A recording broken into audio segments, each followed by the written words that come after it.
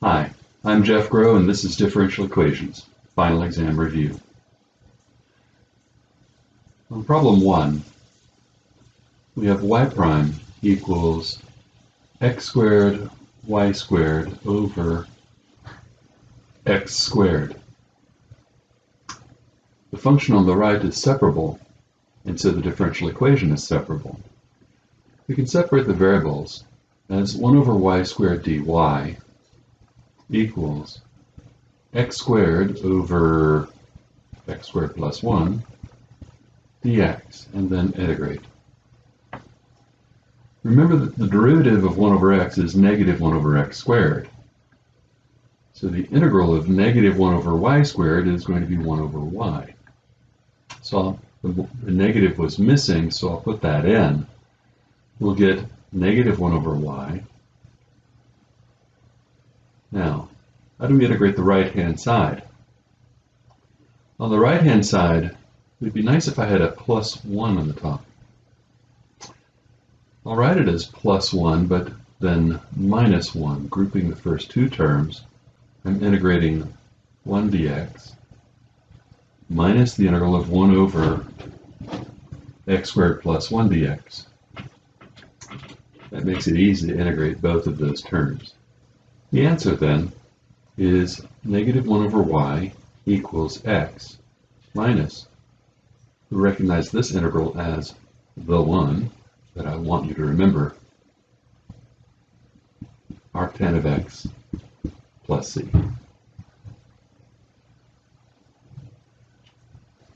Problem 1b, yes, I put a 1b in there, is y prime minus 2 over xy equals x. As you can see, this is first order linear. The integrating factor is mu equals e to the integral of negative 2 over x dx, which is e to the minus ln of x, no plus c, no absolute value on those, times 2. The negative 2 can come up here. The log and the e cancels, and the integrating factor is 1 over x squared.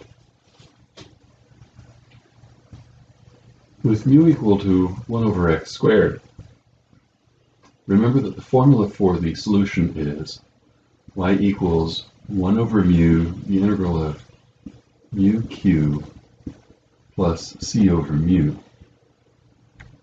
In this case, the solution is y equals 1 over mu is going to be x squared, the integral of 1 over x squared times x, because q is equal to x, plus cx squared. We'll have 1 over x as our integrand, and so the answer is x squared ln absolute value of x plus cx squared. For problem 2, we have x squared minus xy squared dx minus x squared y dy equals 0. First question we should ask is this an exact equation? My is going to be negative 2xy, and x is also negative 2xy, and therefore this is exact. You can form a function little f by integrating x squared minus x y squared with respect to x. This gives x cubed over 3 minus x squared y squared over 2 plus an arbitrary function of y. Alternatively, our function can be the integral of negative x squared y dy, and that is negative x squared y squared over 2 plus an arbitrary function of x. You can see x cubed over 3 is lurking in the arbitrary function of x in the second version of f. To write down the solution, we resolve these two characterizations to obtain x cubed over 3 minus x squared y squared over 2 equals an arbitrary constant. On our next problem, we have dy dx equals 4x squared minus y squared over 2xy. You can see that this function on the right-hand side is the ratio of two homogeneous functions of degree 2. Therefore, the differential equation is solved by means for homogeneous equations. We'll have x u dx plus u equals 4 minus u squared over 2u. Remember, we're replacing y by x times u. So dy dx would get the product rule to give us x dy du dx plus u. And then when we replace y by x times u, the x's can all be factored out and cancel off. It has the equivalent effect of replacing x by 1 and replacing y by u. We now move this term to the other side, and we are subtracting fractions. When you subtract fractions, you need a common denominator. So we have x du dx equals 4 minus 3u squared over 2u.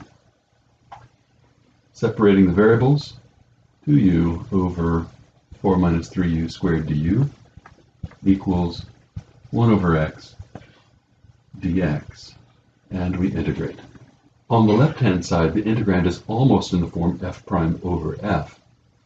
The derivative of the denominator is negative 6u. I want this to be negative 6. To make it so, I'll put a negative 1/3 up front. That gives me negative 1/3 log absolute value 4 minus 3u squared equals log absolute value of x plus the constant of integration. We're not done until we replace u with y divided by x. The final answer is negative 1/3 log absolute value 4 minus 3 times the quantity y divided by x squared equals ln absolute value of x plus c.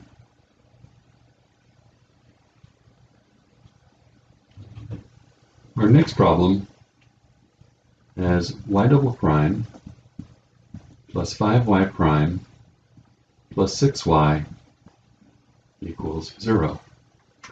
And this is going to be easy. Lambda squared plus 5 lambda plus 6 equals 0. We'll factor the left-hand side. Plus 2 plus 3. And so we have negative 2 and negative 3 as our roots of the characteristic equation. The solution is c1 e to the negative 2x plus c2 e to the negative 3x.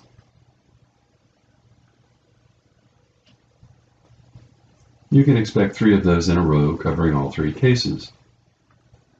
The next problem is y double prime minus 4y prime plus 4y equals 0. The characteristic equation is 0 equals lambda squared minus 4 lambda plus 4, which factors as lambda minus 2 quantity squared. This is the repeated root case. The solution is c1 e to the 2x plus c2x e to the 2x. The third problem in this sequence is y double prime minus 4y prime plus 6y equals 0.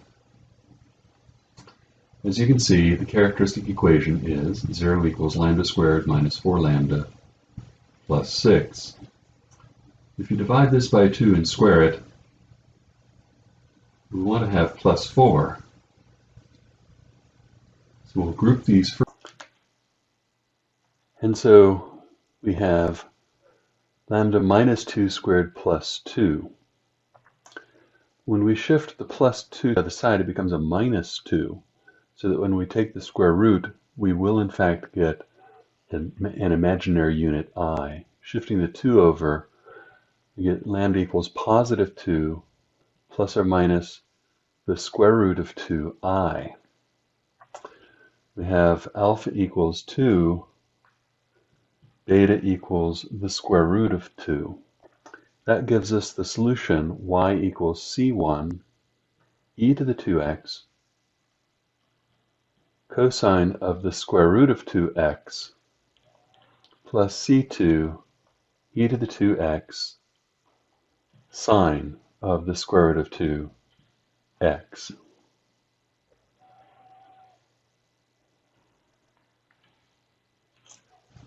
In the next question, we are asked to determine whether or not the functions e to the x and e to the 2x are linearly independent. To do this, we calculate the Wronskian. We put the functions into the first row and their derivatives into the second row. Multiplying, we have 2 e to the 3x minus e to the 3x, which is equal to 1 e to the 3x, which is not 0. Therefore, these are linearly independent. In a continuation of this problem, we're going to check whether or not sine x and sine x plus 1 are linearly independent. Of course, we check the Wronskian. We put the functions into the first row and their derivatives into the second row.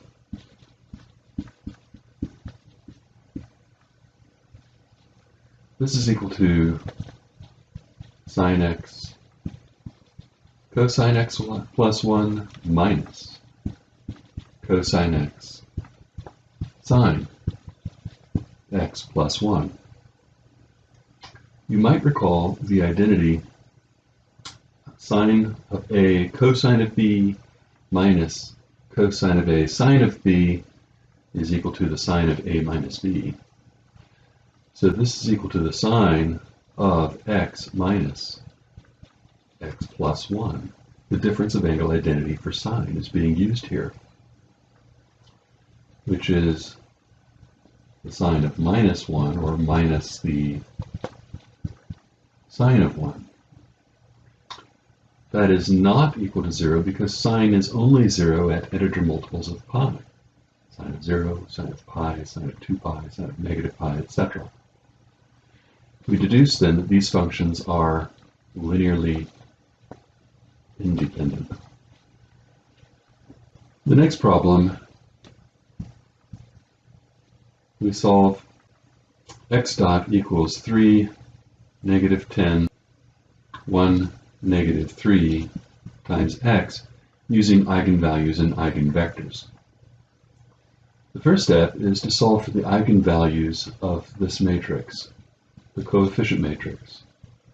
We do that by subtracting lambda from the diagonal elements and taking the determinant, setting it equal to 0 and solving for lambda.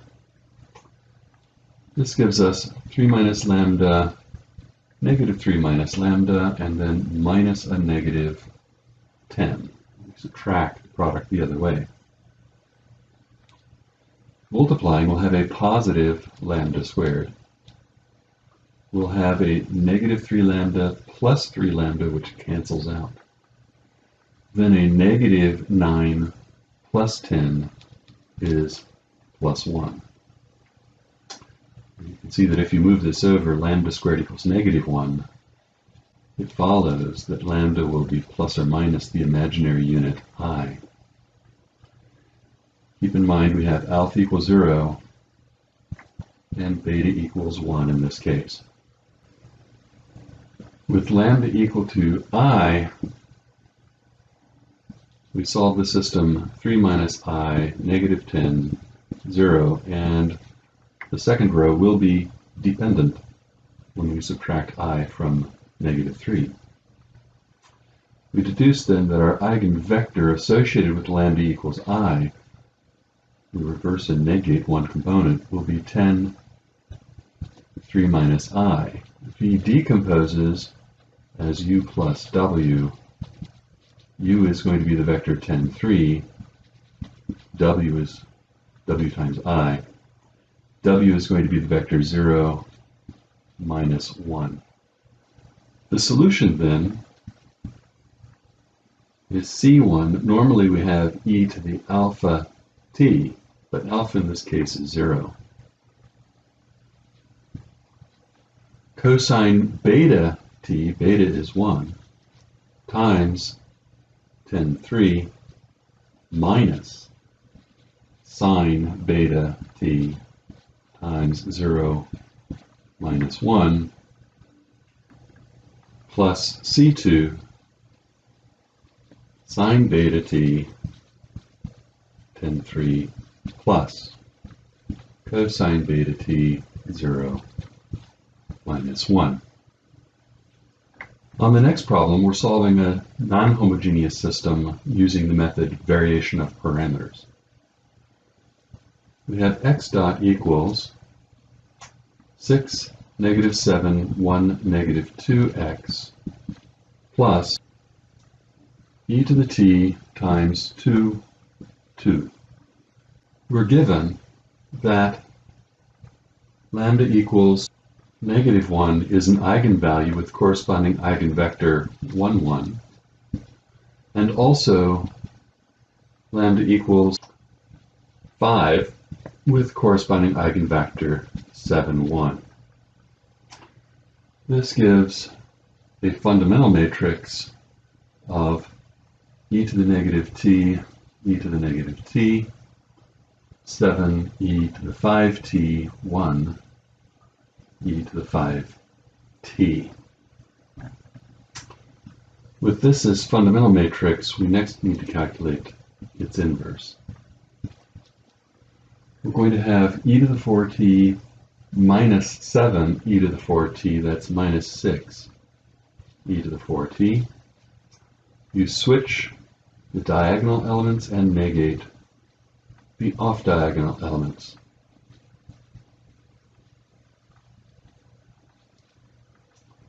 That allows us to push this negative through, and the e to the 4t as well. I'll leave the 1, 6 out.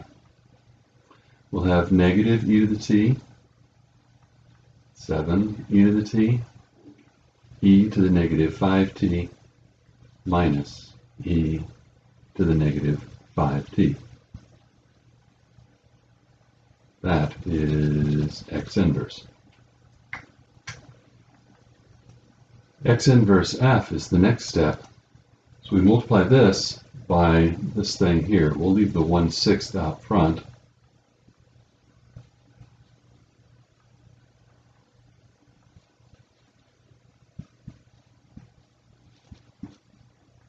We'll have 2e to the t, 2e to the t for the function f. Multiplying, you'll see that this 2 can be brought out here, and we can reduce this to 1/3. We'll have negative e to the 2t and 7 e to the 2t, which gives us 6 e to the 2t.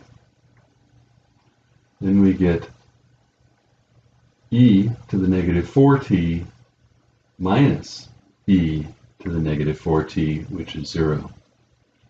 3 goes into here twice. On the next step, we integrate x inverse f without the plus c, because that will only contribute to the homogeneous solution. Integrating, we get e to the 2t, 0.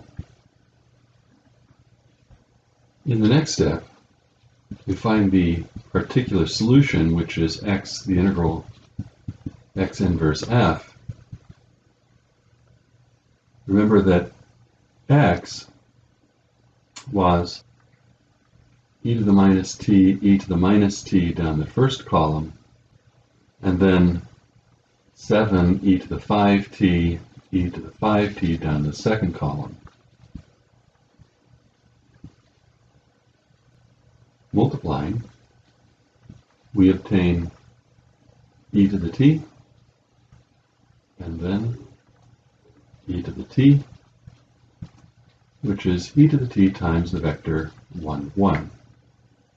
It follows then that our solution is e to the t 1, 1 plus c1 e to the minus t 1, 1 plus c2 e to the 5t 7, 1. On our next problem, we're solving y double prime plus 4y prime plus 5y delta 2 of t, y of 0 equals 1, y prime of 0 equals 2. Because the forcing function on the right-hand side is a direct delta function, we need to use Laplace transforms. Taking the Laplace transform of the left-hand side gives us s squared big Y minus s minus 2 plus 4 times s times big Y minus 1 plus 5 times big Y equals e to the minus 2s.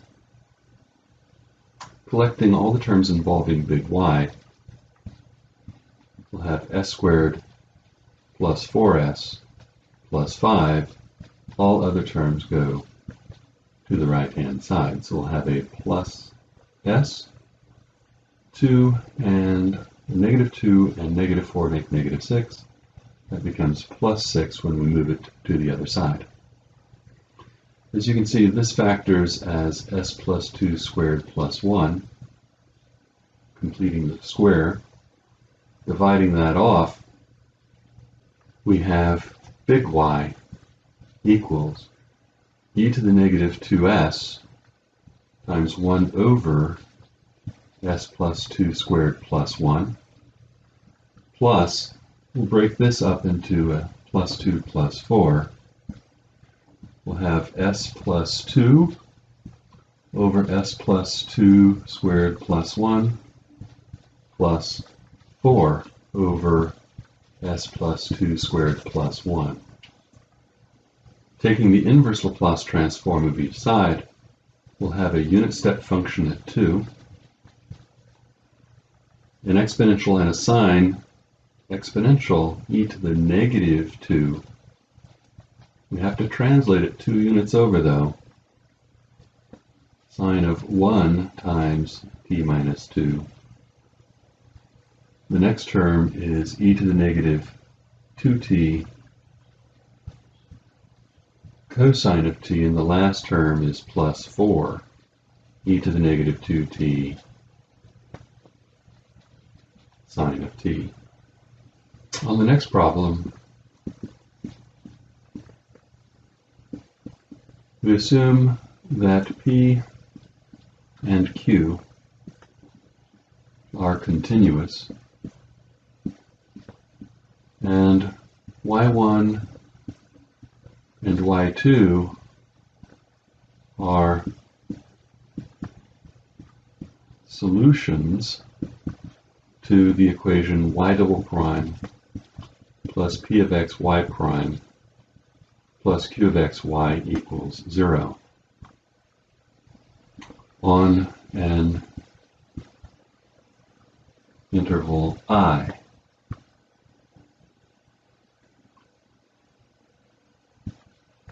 If y1 and y2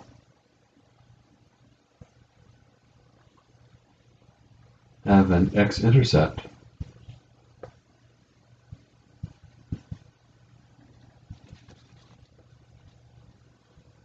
at the same x value,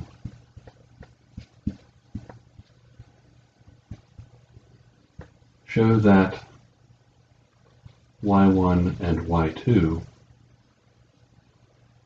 are not linearly independent. In our proof, we note that if y1 and y2 have an x-intercept at some point x0,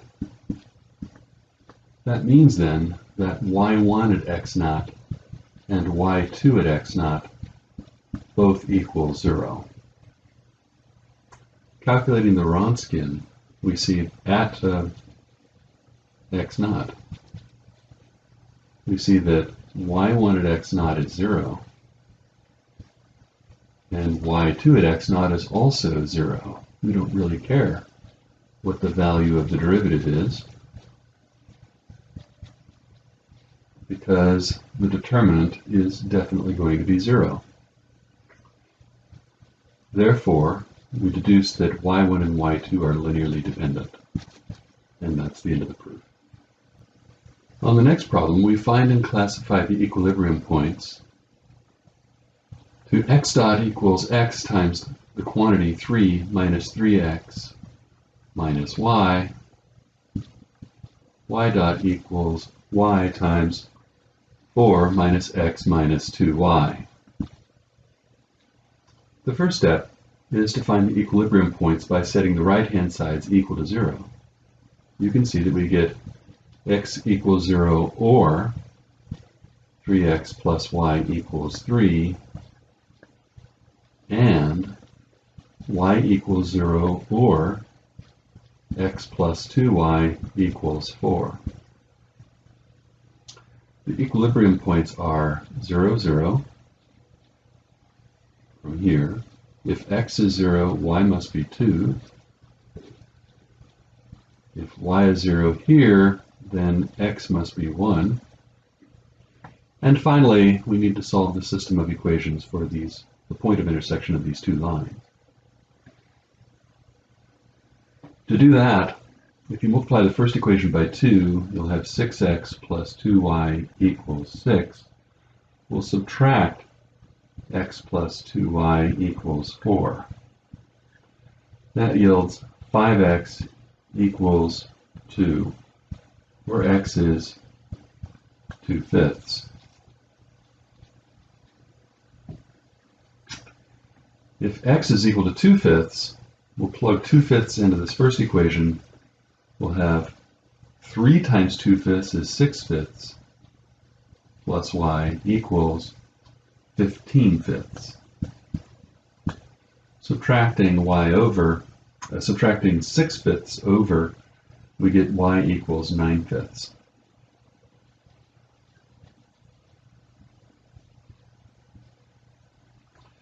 You can see that that satisfies the other equation as well. 2 times 9/5 is 18/5, plus 2/5 is 20/5, which is 4. Now that we know the equilibrium points, we need to find the matrix of partial derivatives. To do that, we'll distribute, get 3x minus 3x squared minus xy, and 4y minus xy minus 2y squared. The matrix of partial derivatives is then 3 minus 6x minus y. When you take the derivative here with respect to x, we get this. When we take the derivative with respect to y, these first two terms are constant, so the derivatives are 0. We'll end up with minus x.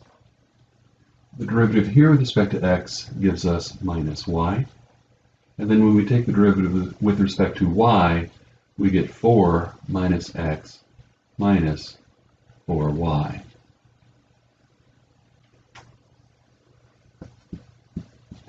df at 0, 0 is then 3, 0, 0, 4. The eigenvalues are 3 and 4, which are both positive. Therefore, this is a source, and that is asymptotically unstable.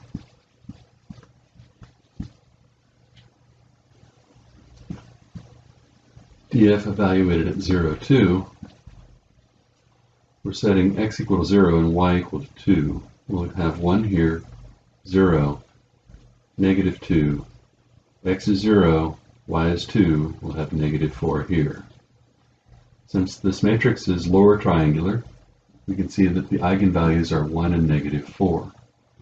1 is positive, 1 is negative. That means this equilibrium point is a saddle, and those are just unstable.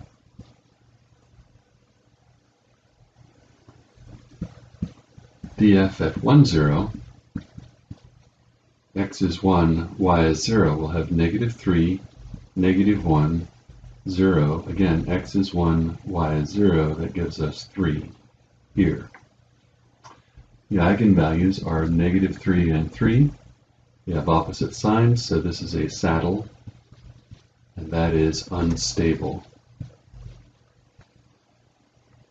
Finally,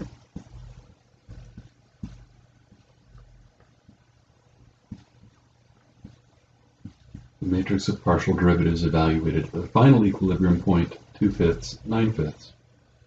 Keeping in mind that 3 is 15/5.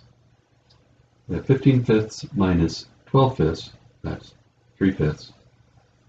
Minus 9/5 is negative 6/5. We'll have negative 2/5 here and negative 9/5 here. 4 is 20/5. 20/5 minus 2/5 is 18/5. Minus 36/5 is negative 18/5. Calculating the eigenvalues, we have 0 equals the determinant of negative 6/5 minus lambda, negative 2/5, negative 9/5, negative 18/5 minus lambda. We'll have, let's just write it out, negative 6/5 minus lambda, negative 18/5 minus lambda, and then minus 18/25. Foiling, we have 0 equals lambda squared. We'll have a plus 6/5 plus 18/5 lambda. 6 and 18 makes what? 24. Then, negative times negative is positive. We'll have a 25 in the denominator. 60 and 48 makes 108.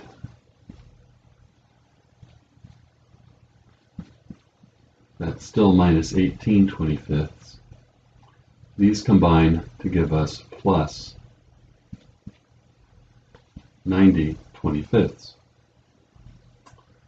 To eliminate some of these fractions, we can multiply everything in sight by 25 and get 0 equals 25 lambda squared. When we multiply the middle term by 25, 1 5 cancels, but the other 5 multiplies the 24. 5 times 20 is 100. 5 times 4 is 20. So we'll have 120 lambda. And of course, plus 90. I should have seen it earlier. This fraction reduces, so we can cancel off a 5 through this whole thing. 5 lambda squared plus 24 lambda plus 18. We'll solve this using the quadratic formula. Minus b plus or minus square root b squared minus 4ac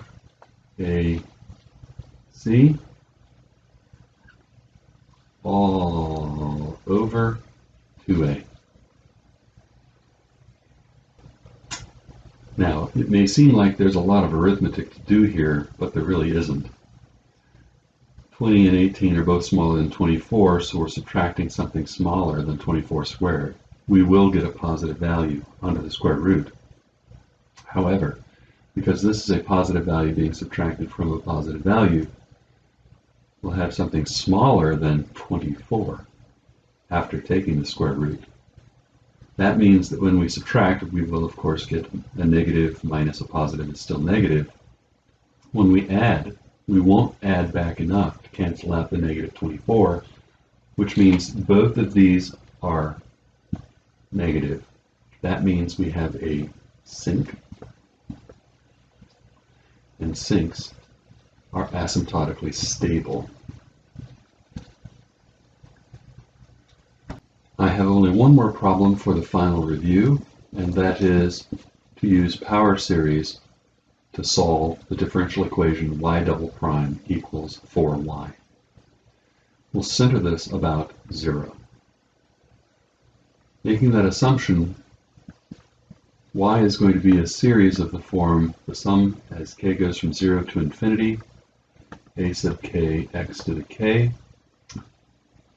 That means y double prime is the sum as k goes from 2 to infinity, k times k minus 1 a sub k x to the k minus 2.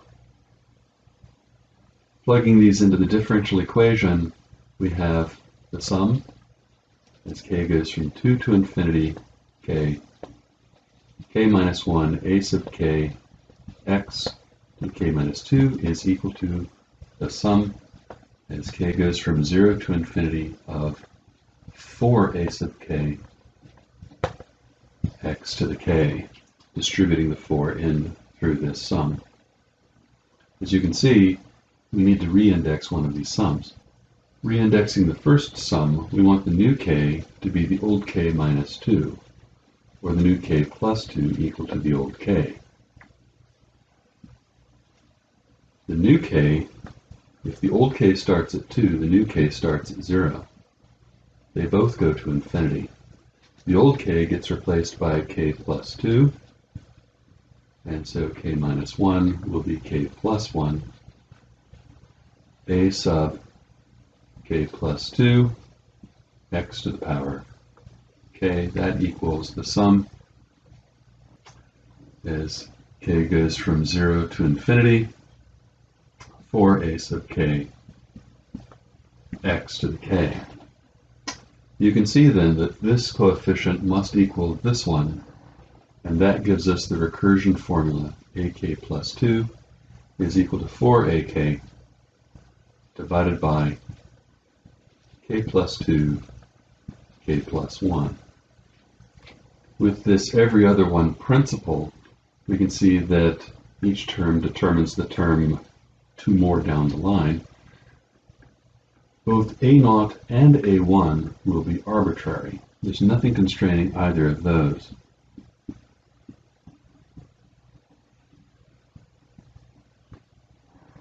If that's the case, let's look at what happens with the evens.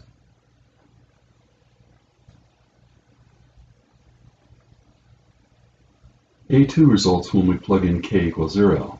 That's going to give us 4a0 divided by 2 times 1.